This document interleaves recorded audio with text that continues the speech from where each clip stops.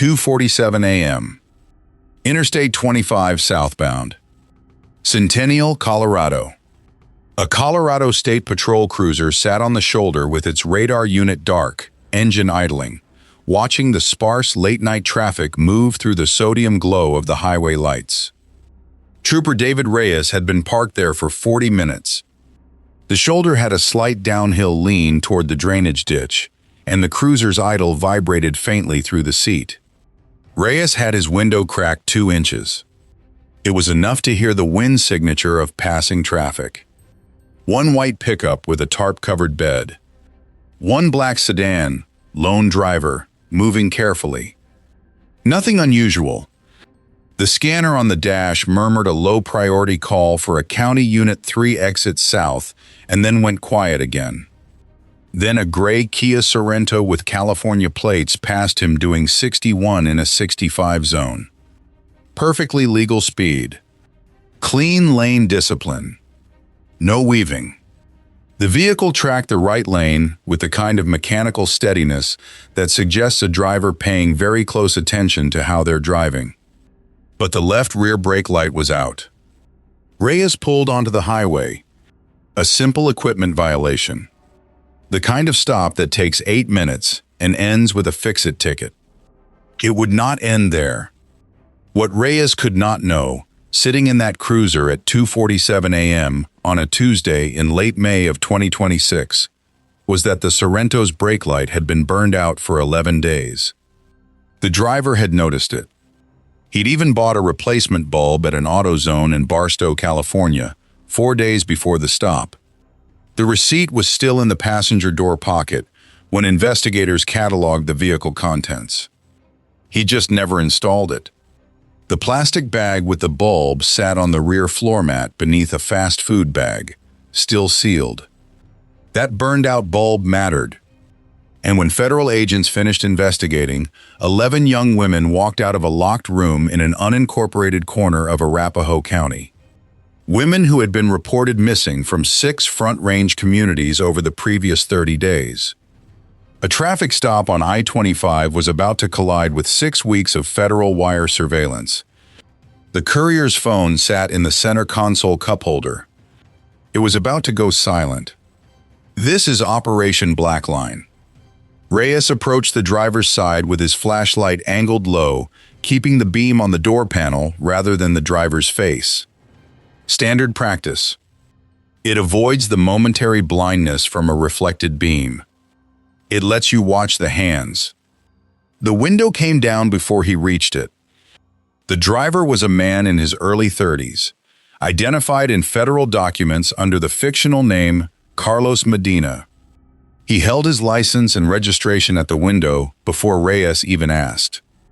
Cooperative. Calm. The kind of calm that comes from practice, not from temperament. Experienced troopers learn to recognize it. Slightly too still, like a posture that has been rehearsed. Rear brake light, Reyes said. Medina nodded. Said he'd take care of it. His voice was even. He made eye contact once, then looked straight ahead through the windshield. Reyes ran the license. Clean. No priors in the system. No wants or warrants. The vehicle registration matched the name on the license. A rental, contracted 4 days earlier at LAX through a national agency. The rental agreement was in the glove box, folded once. The contract showed Medina as the sole authorized driver with an open return. No specific drop-off date. Reyes returned to the vehicle window. The highway behind him was quiet. One set of headlights in the distance, slowing to the left lane as it passed. He asked Medina where he was headed. Denver. Visiting a friend. At 2:47 a.m., driving a rental car from California. South of Denver, heading north. With no luggage visible in the rear compartment beyond a single duffel bag. That detail alone wasn't enough. People drive at strange hours. People rent cars. People visit friends and pack light. None of it was illegal, and Reyes knew it. But the combination moved the stop from routine into something he wanted to extend. He had legal grounds, the K-9 unit. But Reyes asked first. He asked Medina if he had any packages or cargo in the vehicle. Medina said no. He asked if Medina minded if the K-9 unit walked around the exterior of the vehicle. Medina said he didn't mind. That was the second thread. A subject who consents to a K-9 walk is either clean, supremely confident, or following specific instructions. Investigators would later establish through Medina's cooperation agreement that he had been told to consent to everything short of a vehicle search. The theory was that a refused sniff walk would generate more suspicion than an alert would. The theory was wrong. The K-9 unit was a Belgian Malinois named Cutter, 4 years on the patrol, trained on both narcotics odor and explosive compounds. Cutter alerted at the rear quarter panel of the Sorrento within 90 seconds. Not at the rear cargo area, doors, or trunk seams. At the wheel well above the spare tire compartment. Cutter's alert behavior was a hard sit, held for 3 seconds, with his nose pressed against the lower edge of the rear bumper near the left corner. His handler noted the specific position in the field report. The spare tire compartment in a Kia Sorrento sits beneath a false floor in the cargo section. Standard factory configuration, accessible by lifting a carpet panel and removing a foam insert. When Reyes lifted the panel and removed the insert, he found not a spare tire. He found a hard-sided plastic case bolted to the frame with 2 modified clamps. Clamps that had been machined to fit the Sorrento's frame rails specifically, not off-the-shelf hardware. The case had a foam interior liner with custom-cut cavities packed tightly with vacuum-sealed plastic bags. The bags were clear. The contents were visible before the first one was removed. Small blue pills. Round. Stamped with the letter M on one side, the number 30 on the other. Identical in profile to a 30-milligram oxycodone tablet. The pharmaceutical-grade stamping was precise. Close enough to a legitimate pill that a casual inspection would not distinguish it from prescription medication. The bags were counted on scene. 43 of them, each containing between 800 and 1,000 tablets, packed in tight rows. Each bag had been heat-sealed twice, then placed inside a second sealed bag. Double barrier packaging. It suppresses odor, partially effective against passive detection, but not against an alert K-9 in proximity. The field count, conducted on scene by Reyes and a backup unit that arrived 11 minutes into the stop, came to approximately 40,000 tablets. 40,000 pills. The DEA's Denver office would later estimate the street distribution value at somewhere between $1.2 and $1.6 million, depending on the sale unit. At the individual pill level, sold as counterfeit oxycodone, the market price in the Colorado Front Range at that time ranged from $25 to $40 per tablet. At the bulk level, sold to sub-distributors in lots of 500 or more, the price dropped sharply to $8 to $12 per tablet. The total seizure value at any point on that spectrum was significant enough to represent a material disruption to the cell's distribution cycle. Medina watched the count from the side of the highway with his hands behind his back and said nothing. A second trooper stood 2 paces behind him and to the right. Medina's posture did not change when the bags came out of the compartment. He watched the process with a detached, level expression, the same practiced calm he had shown at the window. When Reyes asked him to explain the pills, he asked for a lawyer. He stopped answering every question after that. What he did not do was reach for his phone. The phone was still in the center console cup holder, screen face up, connected to an active group chat. It had been pinging since the traffic stop began. The screen lit up twice while Reyes was still at the driver's window. It lit up 6 more times during the K-9 walk. By the time the spare tire compartment was opened, the phone had received 14 incoming messages in 20 minutes. At 2:47 a.m., that frequency represented urgent escalation rather than routine communication. When Reyes secured the vehicle and called in the seizure, the phone was still active. Protocol required the phone to be preserved as evidence without interaction. No scrolling, no reading, no waking the screen. It was bagged with the screen still glowing inside the evidence bag. The glow faded on its own within 4 minutes as the screen timer activated. What no one on scene could see in that moment was what the phone's silence would trigger 11 miles northwest, in a converted stucco ranch house on the western edge of unincorporated Arapahoe County. But someone else already could. I spent time going through the case structure, and one detail kept pulling my focus. Not the pill count, not the seizure itself, but the timing of what was already in motion before that traffic stop even concluded. DEA Denver's Enforcement Group 4 had been working a wire authorization on the same distribution cell for 6 weeks. 6 weeks. The intercepts had been running since mid-April of 2026. The cell was organized under a logistics structure with loose affiliation to a Sinaloa-connected supply chain moving product from a transfer point in southern New Mexico.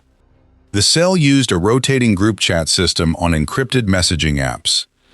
The specific platform rotated on a semi-weekly basis, with administrators pushing new access credentials to verified cell members on Monday and Thursday evenings. When couriers went radio silent, the protocol was to assume interdiction and begin a burn cycle. Delete the chat, wipe the devices at the distribution point, relocate. The cell had executed that burn protocol twice before, in a 4-month period. Once in February, and once in late March. Both times, law enforcement had been close. Both times, the network had moved fast enough to disappear. The February instance had cost investigators a surveillance asset they had spent 3 weeks placing. The March instance had come within hours of a warrant execution that had to be pulled back when the target location emptied overnight.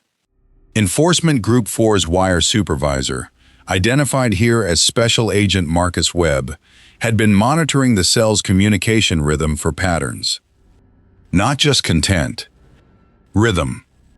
The timing intervals between check-in messages. The average response latency at different hours of the night. The variation in message frequency during active courier runs versus quiet periods. Webb had built a behavioral baseline over 6 weeks that was specific enough to identify anomalies within minutes of their onset. The cell used a specific contact sequence. A courier would check in at a waypoint, then again within 40 minutes of the first check-in, confirming approach to the destination. If the second check-in didn't arrive within that window, the burn started within 15 minutes of the missed deadline. 2 previous burns had started within 12 minutes of a missed check-in. The cell did not wait to confirm what had happened. It assumed the worst and moved. At 3:04 a.m. on May 27, 2026, the second check-in did not arrive.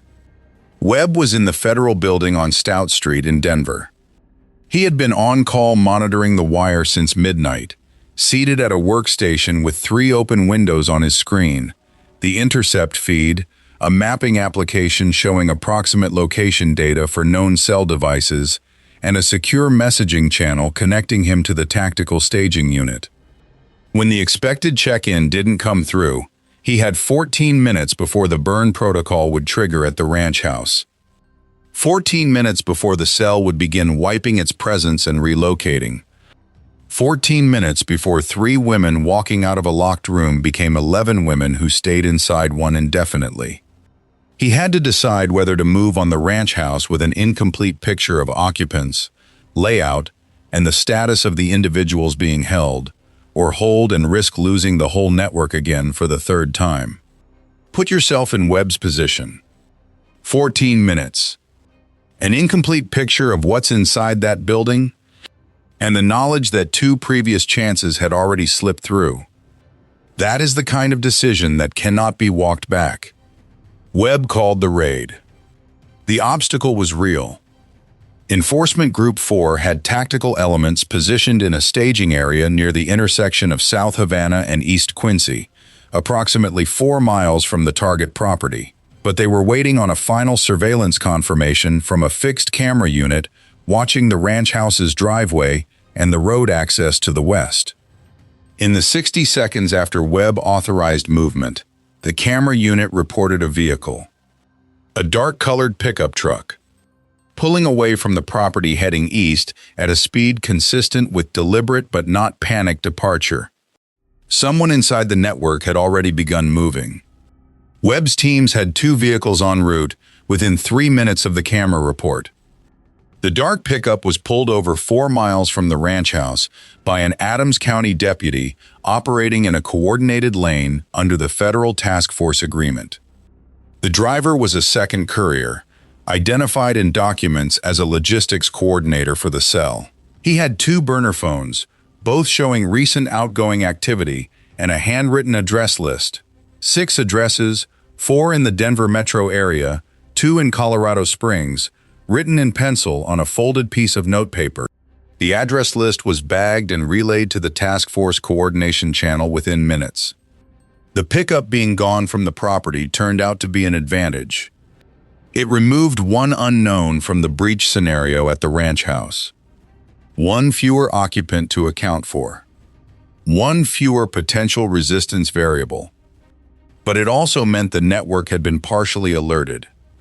Someone at the ranch house had sent the logistics coordinator away, which meant someone at the ranch house knew the window was closing. The team had perhaps 6 minutes before anyone still inside the property would attempt secondary egress or execute whatever internal burn protocol applied to the physical location. At 3:21 a.m., the federal breach team approached the ranch house on East Raintree Court, a fictional street name assigned to protect the ongoing case, in unincorporated Arapahoe County. 12 personnel in tactical configuration, moving in 2 vehicles with lights off for the final quarter mile of approach. 2 additional units covered the rear of the property, positioned in the drainage easement that ran along the back fence line. 1 unit sat at the road access point to intercept any vehicle attempting to exit. The structure was a single-story stucco ranch, approximately 1,400 square feet of living space, with an attached 2-car garage on the north side. Standard suburban construction from the mid-90s, built during the era of rapid development that pushed Arapahoe County's unincorporated boundaries well east of the city limits. Beige exterior. Standard 6-panel front door. Horizontal blinds on the front windows, closed. A motion sensor porch light that triggered as the team approached, but had not been armed. The light was dead, the sensor housing cracked from weather or impact. The front door was breached at 3:22 a.m. Here is what the case documents recorded from that first sweep of the interior. The living area and kitchen were functional. Not staged, not stripped. Food on the kitchen counter, an open bag of tortilla chips, a paper plate with the remnants of a meal, a television in the living room left on, tuned to a Spanish-language sports recap channel, the volume low. A phone charger still plugged into the kitchen wall, with no device attached, the cable coiled and tucked behind the toaster. A child's drawing taped to the inside of a cabinet door that stood slightly open. The kind of domestic detail that makes a space look lived in rather than operational. 2 individuals were found in the main structure, both adult males. Both were in the back bedroom when the team entered.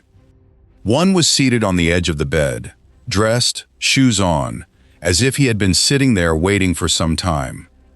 The other was near the window, not at it, not looking out, but within 2 steps of it. Both were taken into custody without resistance. Neither was armed. Neither spoke during the initial sweep. The team then moved to the attached garage. The key detail is that nothing in the external profile of the ranch house would have triggered a residential welfare call or generated a suspicious circumstances report from a neighbor. It looked like every other property on that road, in every county of that region. Beige stucco, closed blinds, a driveway with oil stains on the concrete. That was intentional. The operational design of the cell was built specifically around using unremarkable residential structures. Not warehouses or commercial properties, not storage units, not anything that draws the attention that industrial or commercial footprints generate. A house in a neighborhood is invisible because it is supposed to be there. The garage had been modified. A standard two-car garage but one bay had been enclosed with a plywood partition running floor to ceiling, framed with 2x4 studs on 16-inch centers. Proper framing, not improvised. The partition had been drywalled and painted on the exterior-facing side, the same off-white as the rest of the garage interior. Without looking carefully at the proportions of the space, the partition would not register as unusual. A single interior door, a hollow-core residential door, the kind sold at any home improvement store, had been set into the partition with a standard hinged frame. A commercial-grade deadbolt had been installed on the exterior side of the door. There was no corresponding hardware on the interior side. No knob, no lock, no handle. The deadbolt was locked from the outside. One of the tactical agents called for the entry tool. The door was breached in under 10 seconds. Behind the partition was a converted space approximately 12 feet by 20 feet. Roughly the footprint of a large bedroom. Industrial shelving units had been removed or folded against the walls, the bolt holes still visible in the drywall. Plywood flooring had been laid over the concrete slab to reduce the cold and moisture that bare concrete holds. Several folding cots were arranged in 2 rows, with thin foam padding on each. A single bare bulb fixture was mounted to the ceiling on a pull cord, currently illuminated. 2 plastic utility shelves held water bottles in flats of 24, packaged food items, crackers, protein bars, peanut butter pouches, and personal effects, bags, shoes in a loose pile near the door, folded clothing stacked with a care that suggested someone trying to maintain order in a space that didn't offer much. 11 young women, ages 22 to 27, established through later documentation, reported missing from 6 Front Range communities: Pueblo, Fountain, Colorado Springs, Castle Rock, Aurora, and Longmont over the previous 30 days. Every one of them was standing when the door opened. Every one of them walked out of that structure on her own feet. They were transported directly to a medical facility. All 11 received immediate on-scene triage evaluation before transport. The emergency medical coordinator's notes, filed with the task force case jacket, described the initial assessment as consistent with prolonged confinement. The details of those notes are not part of the public case record. That single phrase says everything. Most people assumed the traffic stop caused the raid. That Reyes found the pills, called it in, and the DEA reacted by sending in a team. That's wrong. Enforcement Group 4 had been positioned and ready to move for 6 weeks. The wire authorization, the staged tactical elements, the interagency coordination with the Arapahoe County Sheriff's Office, the Adams County Sheriff's Office, and the Colorado State Patrol's Criminal Interdiction Unit, all of it was already in place, already rehearsed, already waiting. The traffic stop didn't create the operation. It created a 14-minute decision window that compelled the operation to move before the cell could execute its 3rd successful burn. The phone in the cup holder was the trigger. Not because anyone read it. The phone was preserved as evidence and not accessed without a warrant. But because the phone's silence was visible to the wire intercept team, a courier who goes radio silent at the precise moment of a scheduled check-in is a courier who has been interdicted. The network read that silence correctly and began its response. What the network did not account for was the speed of the decision on the other side. Now, before we go further, the 6-week wire operation had built a detailed operational picture of the distribution cell's structure. The ranch house served 2 functions simultaneously, as a staging and coordination point for the Front Range segment of the drug supply chain and as a holding facility for the recruitment operation. Those two functions operating in the same physical structure was not a design feature. It was a compression of resources. The cell using one location for multiple purposes because maintaining separate infrastructure for each function increased exposure. The fake cleaning agency job posting was the recruitment mechanism. It appeared on a Spanish-language employment board operating out of Pueblo, beginning in late April of 2026. The posting advertised residential and commercial cleaning contracts with a Pueblo-based company under a name that, when searched, returned a legitimate-looking registration filed with the Colorado Secretary of State 3 weeks before the first posting appeared. The company had a phone number that connected to a voicemail box in English and Spanish. It had a street address listed in its registration that turned out to be the same mail forwarding service the coordinator used for in-person contacts. The wages were listed at $19 per hour, above the standard market rate for residential cleaning work in the Colorado Springs metro area at the time. Attractive enough to draw responses, not so high as to seem implausible. The posting requested applicants to attend an in-person orientation at the commercial address in Pueblo on specific dates, Tuesdays and Thursdays between 10 a.m. and 2 p.m. That scheduling detail gave the posting the texture of a legitimate business operating on a regular calendar. When prospective applicants arrived at the mail forwarding address, they were met by a coordinator who told them the orientation had been moved to a different location due to a facility issue. Transportation was offered. A van was available. Several applicants declined the offer and left. The case record does not account for how many declined. 11 accepted. That transportation did not take them to a cleaning job. The detail that stuck with investigators was how ordinary the posting was in every specific dimension. Nothing in the language was unusual or threatening. The wages were attractive, but not implausibly high. The company registration was real, filed through legitimate state channels. The phone number worked. The scheduling was consistent. The posting had been live for 11 days before the first woman went missing. Long enough to build a small social media trail of shares and reposts among community employment groups, giving it the appearance of an established listing. 11 postings over 30 days. 11 women. The coordinator who ran the in-person contacts in Pueblo was identified in the federal complaint under a fictional designation. She was not a low-level participant. Investigators who reviewed the wire intercepts described her communications with the cell's leadership as operational in nature. She was reporting intake numbers, flagging logistical concerns, and receiving instructions on timing. She was mid-level infrastructure, and she was not at the ranch house when the breach team entered. She had left the Pueblo recruitment operation within 24 hours of the last intake and had not returned to the ranch house.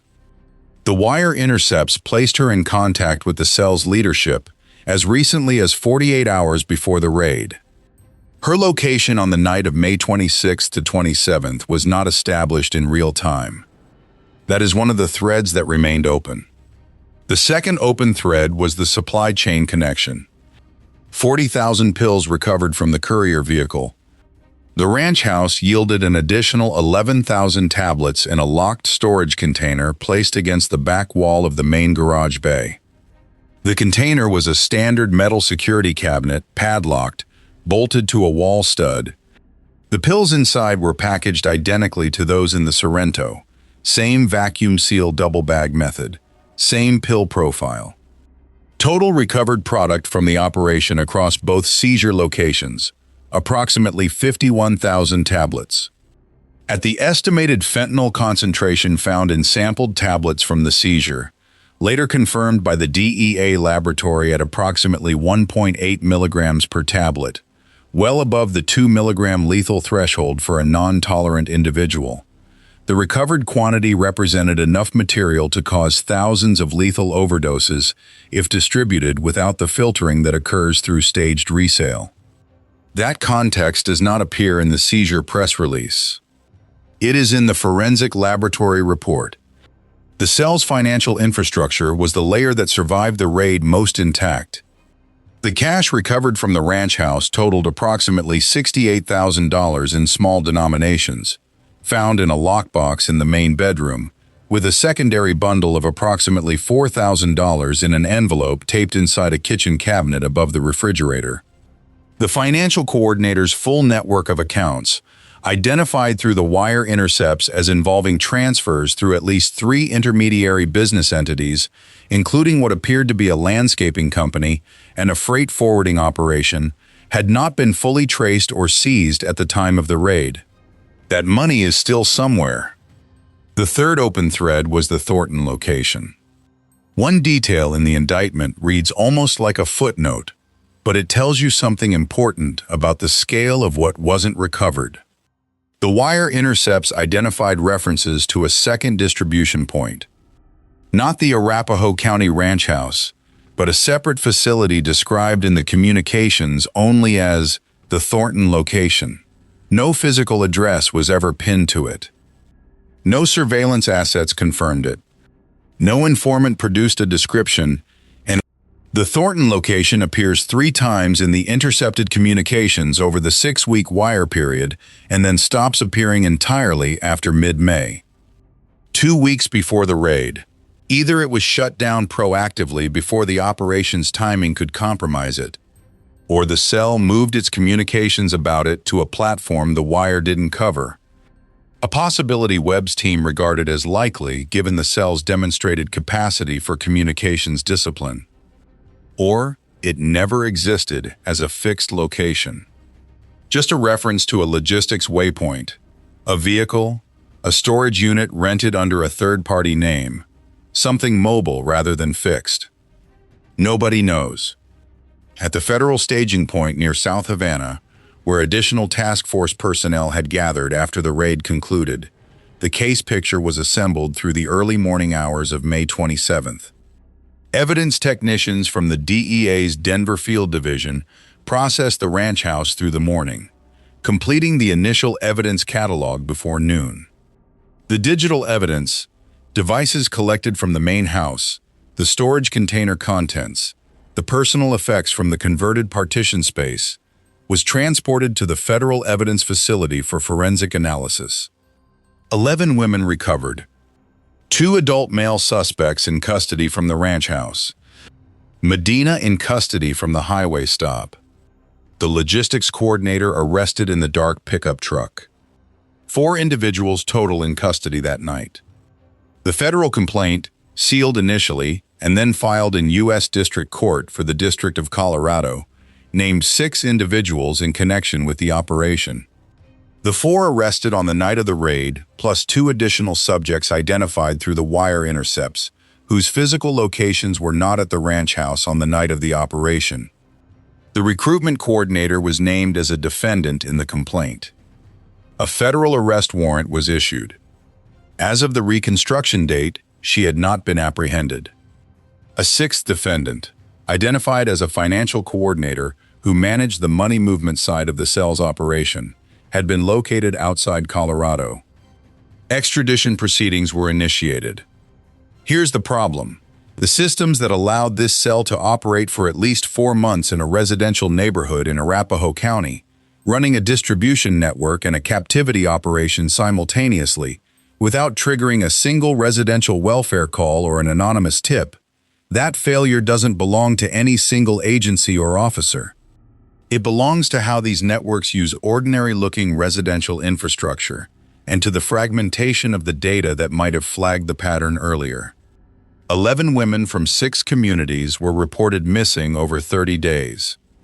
The missing person reports were filed with 6 different law enforcement jurisdictions: Pueblo Police, Fountain Police, Colorado Springs Police, Douglas County Sheriff, Aurora Police, and Longmont Police. None of those jurisdictions had investigative grounds to share information with the others in real time. The reports were individual cases. No single agency had visibility across all 6 simultaneously. The coordination that eventually connected those dots happened inside the federal wire operation, not through a centralized missing persons alert or a regional task force flag. The wire intercepts referenced, in the cell's operational communications, the intake of individuals at the Arapahoe County location in a way that allowed investigators to cross-reference against missing person reports already in the system. That cross-referencing happened internally to the federal investigation, not through any alert that would have been visible to the families of the missing women or to the community. That is a systemic gap. 3 of the 11 families had hired private investigators by the time the raid occurred. 2 had organized community search efforts. None of them were notified that a federal wire operation had identified their family members' likely location until the morning of May 27th, after the raid had already concluded. And the question worth sitting with, how many other cases have that gap and no traffic stop to close it? It's not a simple answer. Drop your take in the comments. This one deserves a real conversation. 3 weeks after the Blackline operation concluded, a federal grand jury in Denver returned indictments on 5 of the 6 named defendants. The 6th, the financial coordinator, was still subject to extradition proceedings. The indictments included federal drug distribution charges under the Controlled Substances Act, charges related to the use of communication facilities in furtherance of drug trafficking, and charges relating to the captivity operation under federal statutes governing unlawful restraint and forced labor in connection with commercial benefit. Medina, the courier arrested on I-25, entered a cooperation agreement within 2 weeks of his arrest and provided detailed information about the supply chain structure between the southern New Mexico transfer point and the Colorado distribution cell. The specific logistics of the courier run, the vehicle preparation at the Los Angeles end, the routing through New Mexico, the check-in protocol, were documented through his cooperation.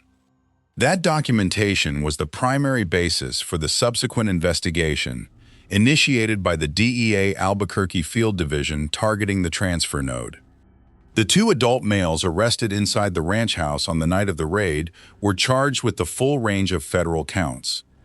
Both were held without bail following a detention hearing at which the government argued, successfully, that the combination of the captivity operation and the scale of the distribution activity made them a danger to the community and a flight risk.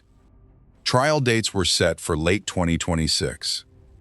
The 11 young women, the women who had responded to a job posting for cleaning work, who had been picked up and transported by a coordinator who introduced herself as a company representative and offered to handle transportation to the orientation site, and who had then disappeared from their lives for 30 days, were connected with family members on the day of the raid. Federal Victim Services personnel were present at the medical facility from the morning of May 27th forward. Victim advocates remained with each of the 11 through the initial documentation process. The case record does not elaborate on the nature of the captivity. The emergency medical documentation uses the phrase, consistent with prolonged confinement. The Victim Services Coordination notes reference immediate stabilization and family reunification protocols. The specifics of what each of those phrases means in the context of this particular case, in this particular converted garage, over those particular 30 days, are not in the public record. The full account of those 30 days belongs to the 11 women, not to this reconstruction. Will operations structured like this one disappear because of Blackline?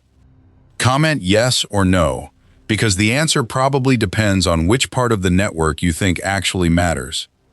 What Trooper Reyes could not have known, pulling onto I-25 behind a gray Kia Sorento at 2:47 a.m., was that a burned-out brake light was about to compress 6 weeks of federal wire surveillance into a 14-minute decision window. He ran a traffic stop. He followed protocol. He asked the right questions in the right order. He had no knowledge of the wire operation.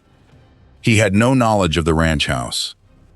He had no knowledge of what 11 women were waiting inside, 11 miles away.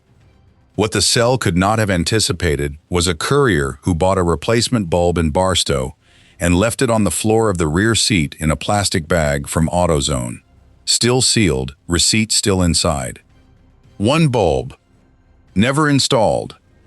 11 women walked out of a locked room on their own feet. The cell's supply chain is disrupted. The financial network that supported it is partially intact and not fully traced. The recruitment coordinator who ran the in-person contacts in Pueblo is still at large. The Thornton location remains unconfirmed and unresolved. The precursor supply chain that moved raw fentanyl compound from its point of origin through the southern New Mexico transfer node to the Front Range distribution cell is the subject of an ongoing investigation whose outcome had not been determined at the time this reconstruction was completed. The operation is partially dismantled. The infrastructure that made it possible, the residential cover strategy, the rotating communications discipline, the legitimate-looking recruitment apparatus, the financial layering through registered business entities, was not invented by this cell. It is documented in prior federal cases in Arizona, in Texas, in California, in Nevada. It has been refined through the experience of cells that ran the burn protocol successfully and cells that did not. It will not disappear